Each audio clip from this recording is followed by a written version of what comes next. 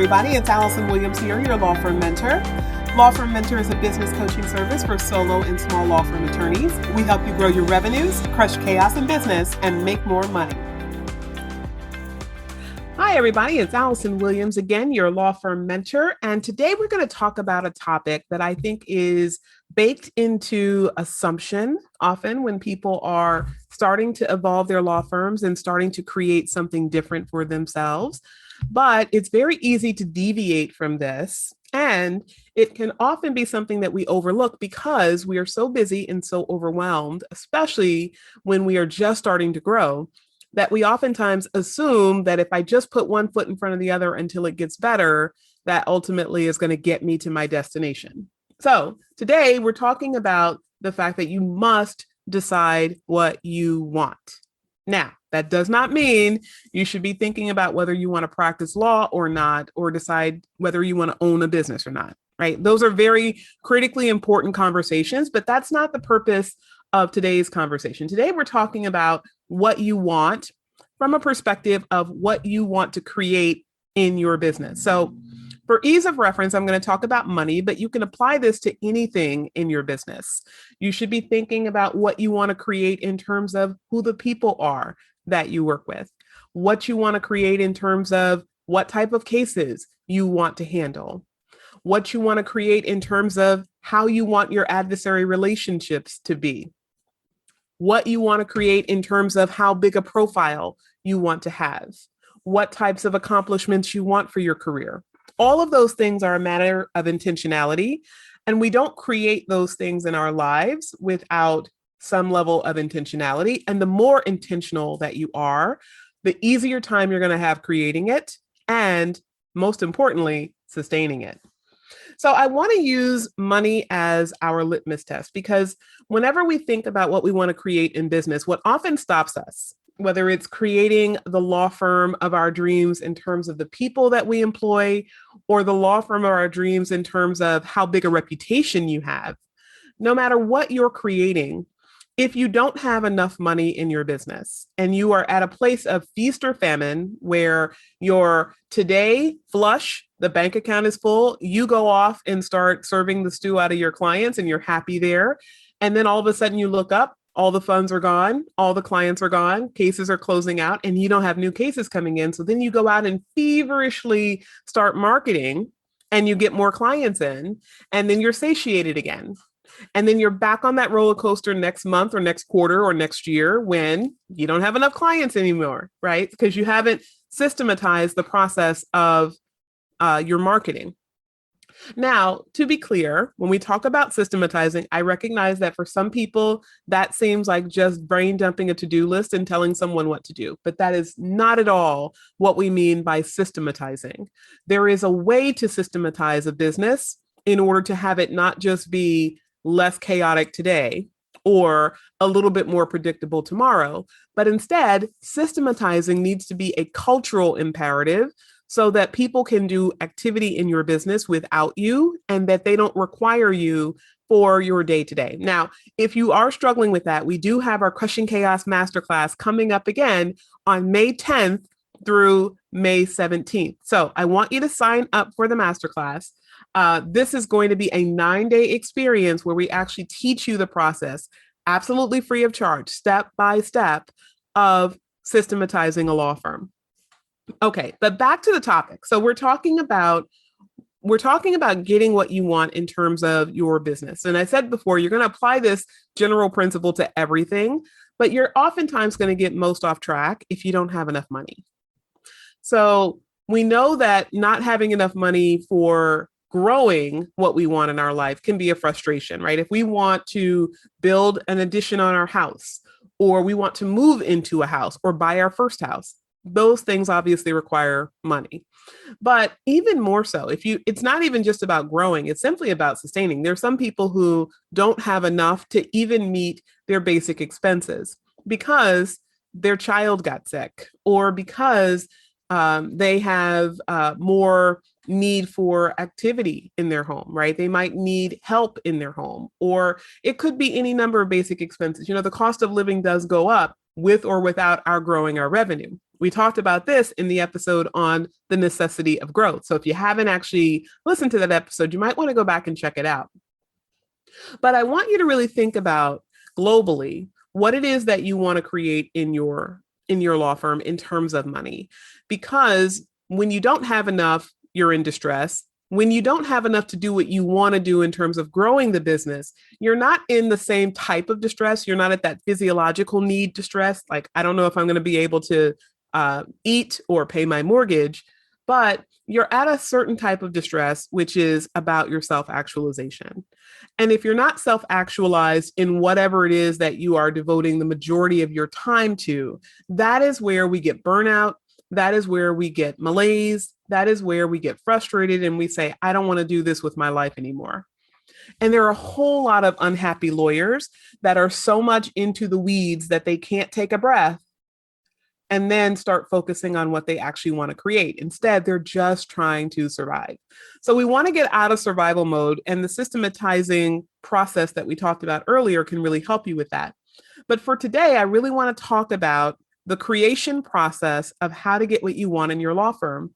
And the way that you do that is essentially by deciding what it is that you want. The power of decision cannot be understated. It really is, or rather, it can't be overstated. It really is the most important part of the creation process. If you don't decide what you want, it is very easy to put one foot in front of the other. The problem is you are stepping without direction. Now, you might say, well, I know I want to make more money, or I know I want to have more time, or I know I want to add more team because I don't want to be doing certain activity. But more or better or less, those qualifiers are always relative to something, right? You can't have more of something unless you know what that something is quantity wise. So you have to think about it from the perspective of if you just want something better than what you have, and you're not creating with an intentionality of how much better it needs to be, how much more you need to have, how much less you need to be working. If you don't quantify that and get crystal clear on what it is that you want to create, you can very easily create a little more and still be miserable. Because what tends to happen is a little bit more today, and a little bit more tomorrow, and a little bit more next month, and a little bit more next week, and a little bit more next quarter, and next year, and next century. All of that stair stepping yourself into the next opportunity is tiring. It actually is easier to grow by leaps and bounds than it is to stair step, because all of that energy, that time, that intellect that you are putting into the decision to step a little bit ahead of where you are right now, it doesn't take any more intellectual knowledge, skill, time for you to be able to stair step, right? There's only so many hours in a day. Now you have to do different activity in order to leapfrog ahead.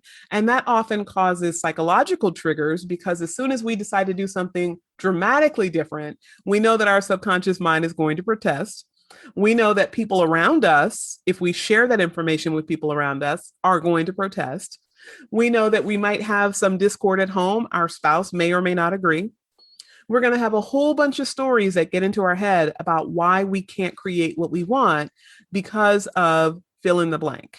But once we do decide that that is how we're going to grow, it does not take more to grow in that way than it does for you to stair step ahead.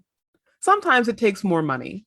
I will add that little footnote. Sometimes it does take more money for you to grow faster, but the rate of return on that money is actually significantly greater than if you had just had a smaller investment and just stair stepped. So once you make that powerful decision, once you say, yeah, I want a lot more than I have right now, and that's really important to me, the next thing you have to think about is how you're going to get there. Right? So first is the what. The what becomes the decision. You're going to decide upon a certain amount of money that you're going to generate, and you want to have that decision be time barred. So you want to say over the next 12 months, or over the next 6 months, or over the next quarter, I want to make a certain amount of money. And then you have to decide how to get there. Now, what most lawyers do when this part comes up, when it's time to decide how to get there, they say, I'm going to work every day. I'm going to hustle as much as I can. I'm going to go network, and I'm going to hope and pray that I get to the goal that I created. And that does not generally produce results. Sometimes it will produce results. If the power of your will and the consistency of your action and the actions that you're taking happen to be the right actions, and you put all of those together with intentionality, then yes, you can absolutely accomplish a goal that way. But the problem is you're not creating consistent, predictable, reliable, recurring results. If it's not consistent and it's not predictable and it's not reliable and it's not recurring, then you have put all of that effort and energy into an activity that you don't know if you rinse and repeat the next quarter or the next year or the next whatever time period there is, that you're going to get the same result. And that is where a lot of lawyers get burned out on growing, because they say, I did X, Y, and Z, and I got that rock star secretary. And then I did X, Y, and Z, and my paralegal sucks. And then I did X, Y, and Z, and I got a so-so associate. And then I did X, Y, and Z, and I got a phenomenal paralegal. And then I did X, Y, and Z, and I got a so-so file clerk, right? So the question becomes, what was it about X, Y, and Z that predicted the outcome that you were going to have a phenomenal employee at the other side of that first hiring process? There wasn't any, right? Typically, there is the idea that these are the things that correlate, not necessarily cause, but correlate with you being able to be more successful in a certain area. So you decide on it and you say, okay, this could work. And then you try. And then ultimately it works. So you're like, that must be it. The problem is, if you don't use accurate thinking, if you don't actually know based on the law of cause and effect, whether or not what you did was the cause of whatever success you had, then you can't rinse and repeat the process. Or what often happens, you do rinse and repeat the process, but you have a different outcome. So we want to give you a framework. And we've talked about this before on the podcast. We've talked about having a funnel where essentially you start with what you want, which is at the bottom of the funnel, and you work your way up to what you need in order to create what you want. And I refer to this as engineering your funnel from the bottoms up, right? Bottoms up. Think about it that way, right? Take a beautiful cup of water and bottoms up to that cup of water. So what do I mean by bottoms up? So the first thing that you always have to start with is the goal. What is it that you want to achieve in terms of the amount of money that you want to create? And by the way, for those of you that are listening now, it would be really helpful for you to grab a notepad and write these questions down, because these questions are really the creation process in a law firm in a nutshell. Now, there's obviously a lot more meat on the bones that you'll have to fill in order to answer these questions. But having these questions will give you the roadmap to get you from where you want to be back to where you need to start, and every step along the way in order to create the amount of money that you desire for your law firm. Okay, so we always want to start by asking ourselves, how much money do we want? Okay, now we have had some pretty big, pretty weighty conversations on the podcast about that very question, like the fact that a lot of people have resistance around making money, and the fact that a lot of people don't own what they actually want because on some level they fear they won't get it. So we're not going there right now, but I just want you to pick a number, right? So even for now, it can be a number that you think is completely reasonable. Right? That's usually not how we at Law Firm Mentor actually help our clients to create. We want them to create something that's fantastic to them, something that will keep them up and excited all night, something that they're going to write home to mom about. We don't want them saying, I want to increase my income by 5%. Okay. Nobody gets out of bed for 5%. So what we want you to do is pick a number. But for this exercise, it can be that reasonable number. You just need to see how it works. Okay, once you have the amount that you're actually going to make, you need to know how many clients it takes for you to be able to create that amount of money, which means you have to know how much your clients on average are paying you. Now, if you have a multiple practice area firm and you have three or four different practice areas, and you say, well, I get about this much from my estate planning practice, and about this much from my business litigation practice, and about this much from my immigration practice, and it averages $20,000 a month, right? If that's how you're thinking about it, I want you to segregate out each of your practice areas first, which means you're going to have a little bit more math than somebody who just has a family law firm or just has a criminal defense law firm. Okay. But it's important that you look at each practice area, because if your revenue over the course of some period of time averages a certain amount of money and it's heavily weighted toward a practice area that you don't spend your time on anymore, or it's heavily weighted in a practice area that has, for whatever reason, less generated fewer referrals for you recently, then you're going to have less success with this process. All right. So you need to know what your clients actually pay you on average for the type of cases that you bring in. Once you know that, that should tell you how many cases are required in order for you to get to the revenue total that you desire. So simple math. If you need $20,000 a month, and on average, your clients pay you $5,000 for every case, then you need 4 cases every month in order to produce your goal. Pretty simple math.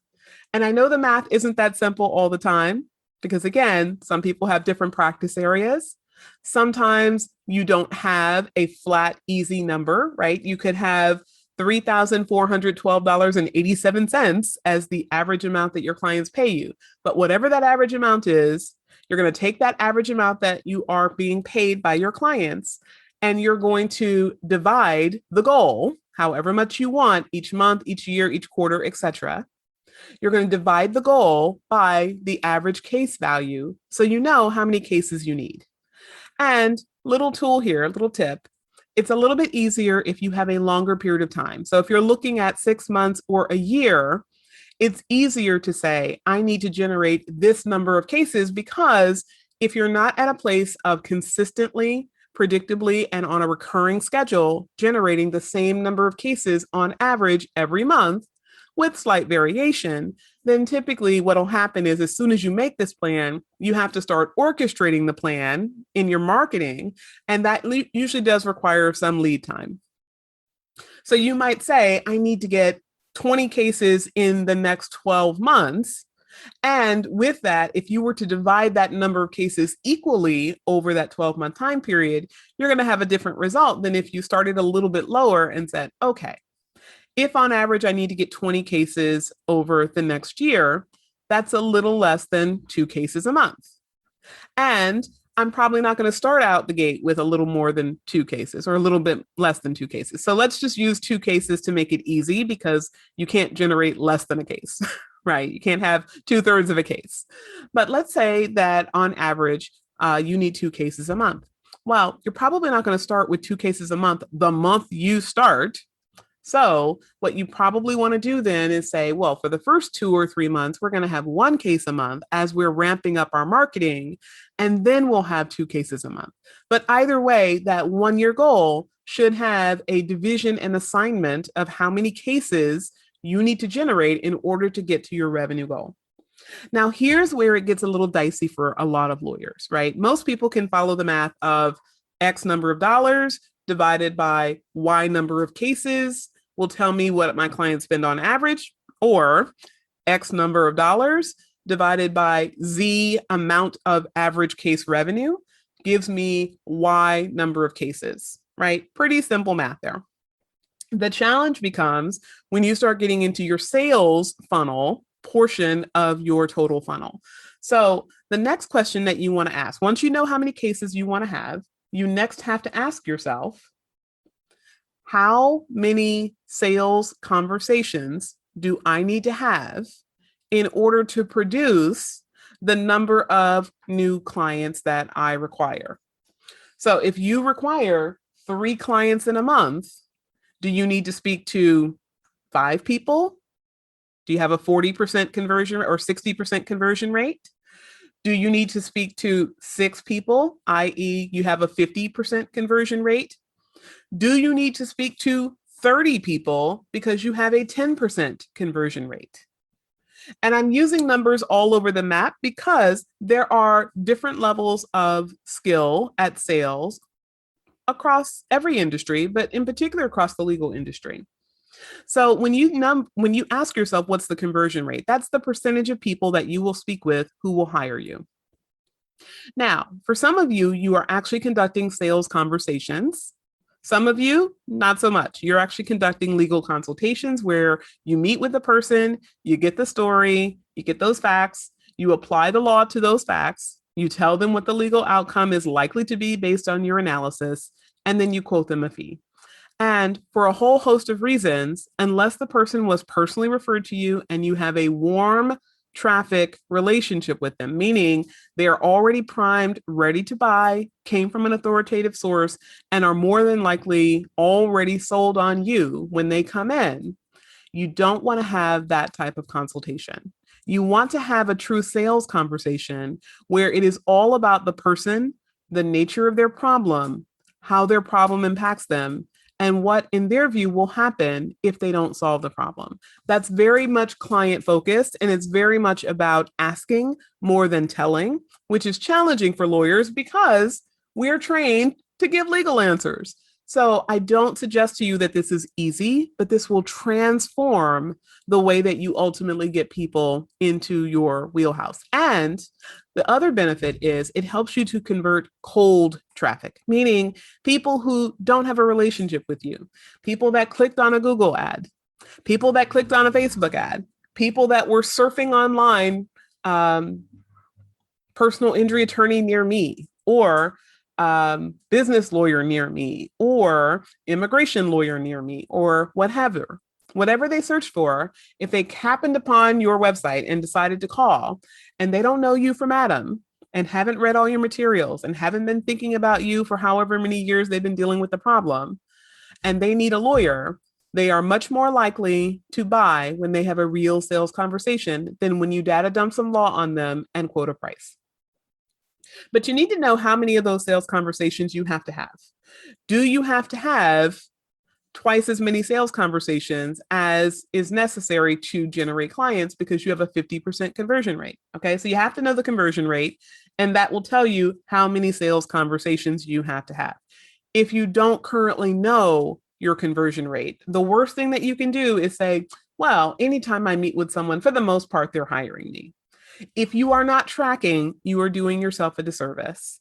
The beauty of tracking every person that calls the office seeking representation is that it helps you to ensure that most people who come through your funnel will be run through a conflict check system so they ultimately can ethically be represented by someone in your firm.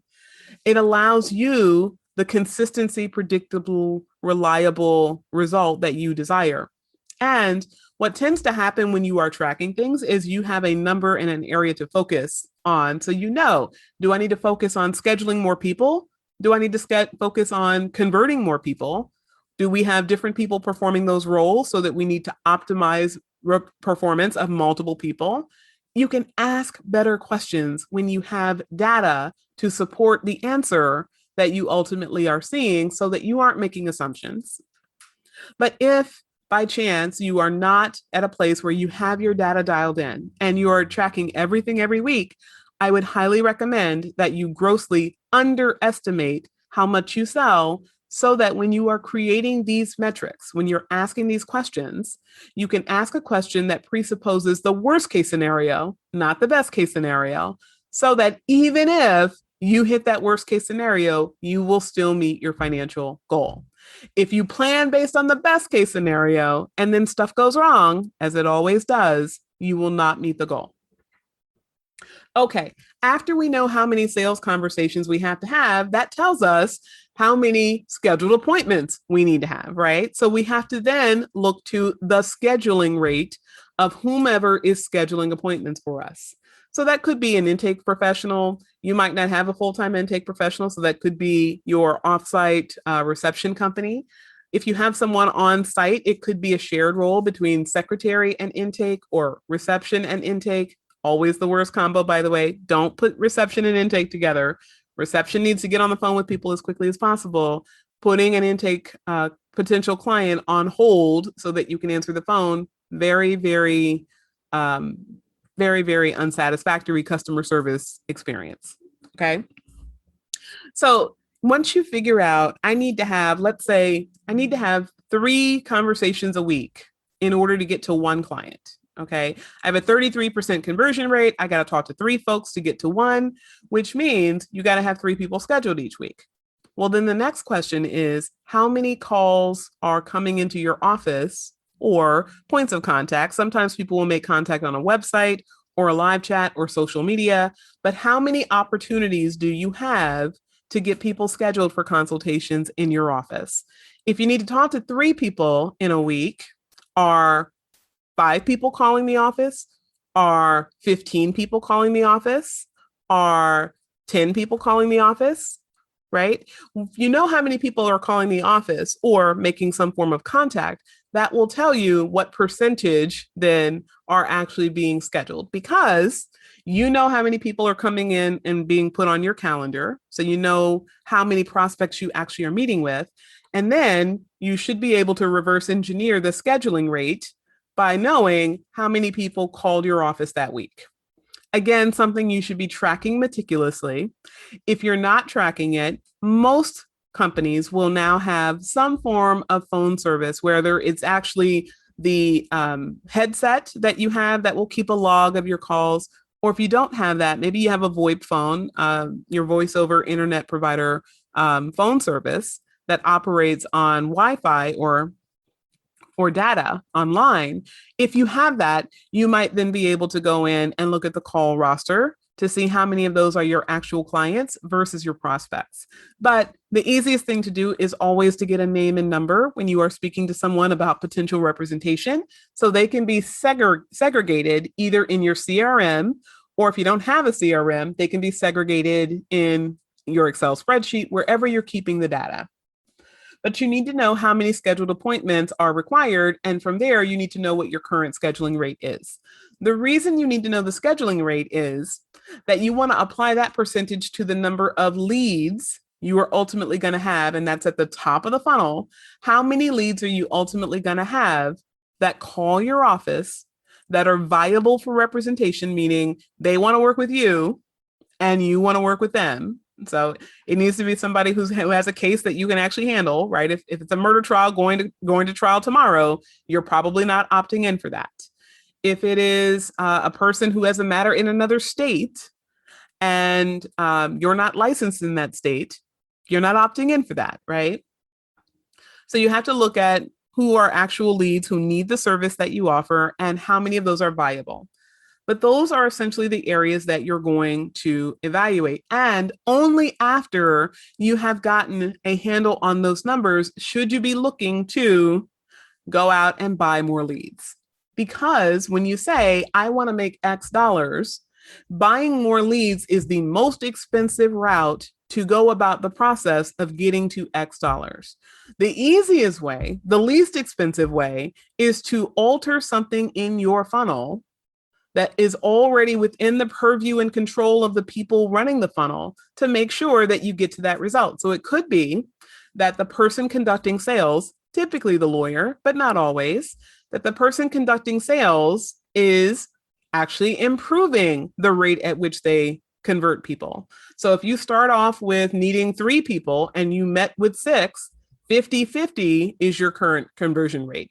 Let's say you increase that. Let's say instead of closing 3 out of 6, you closed 4 out of 6. If you closed 4 out of 6, you now have a higher conversion rate. That conversion rate carries over on average. So you want to be thinking about it from that perspective. And you want to be thinking about, do I need to improve my sales conversion rate? Do I need to improve my scheduling rate?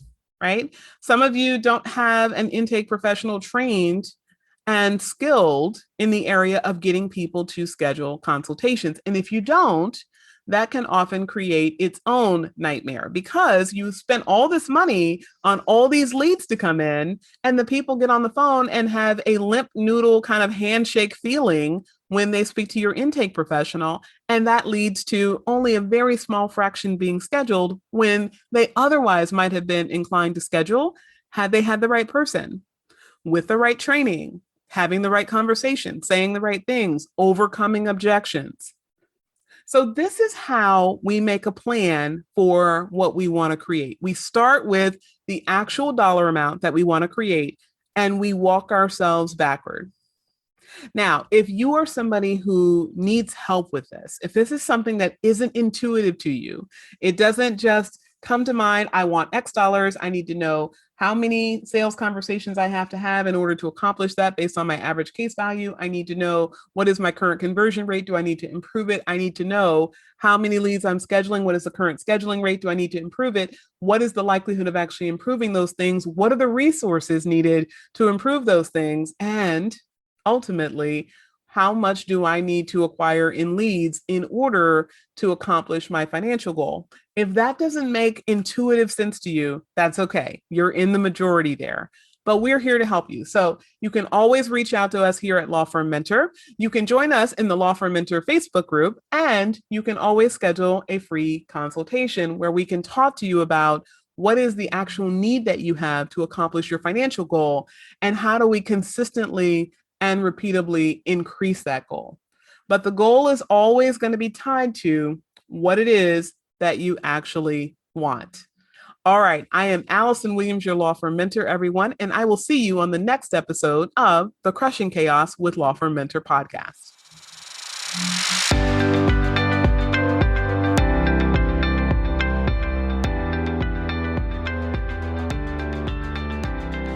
Thank you for tuning in to the Crushing Chaos with Law Firm Mentor podcast. To learn more about today's guest and take advantage of the resources mentioned, check out our show notes. And if you own a solo or small law firm and are looking for guidance, advice, or simply support on your journey to create a law firm that runs without you, join us in the Law Firm Mentor Movement free Facebook group. There, you can access our free trainings on improving collections in law firms, meeting billable hours, and join the movement of thousands of law firm owners across the country who want to crush chaos in their law firms and make more money. I'm Allison Williams, your law firm mentor. Have a great day.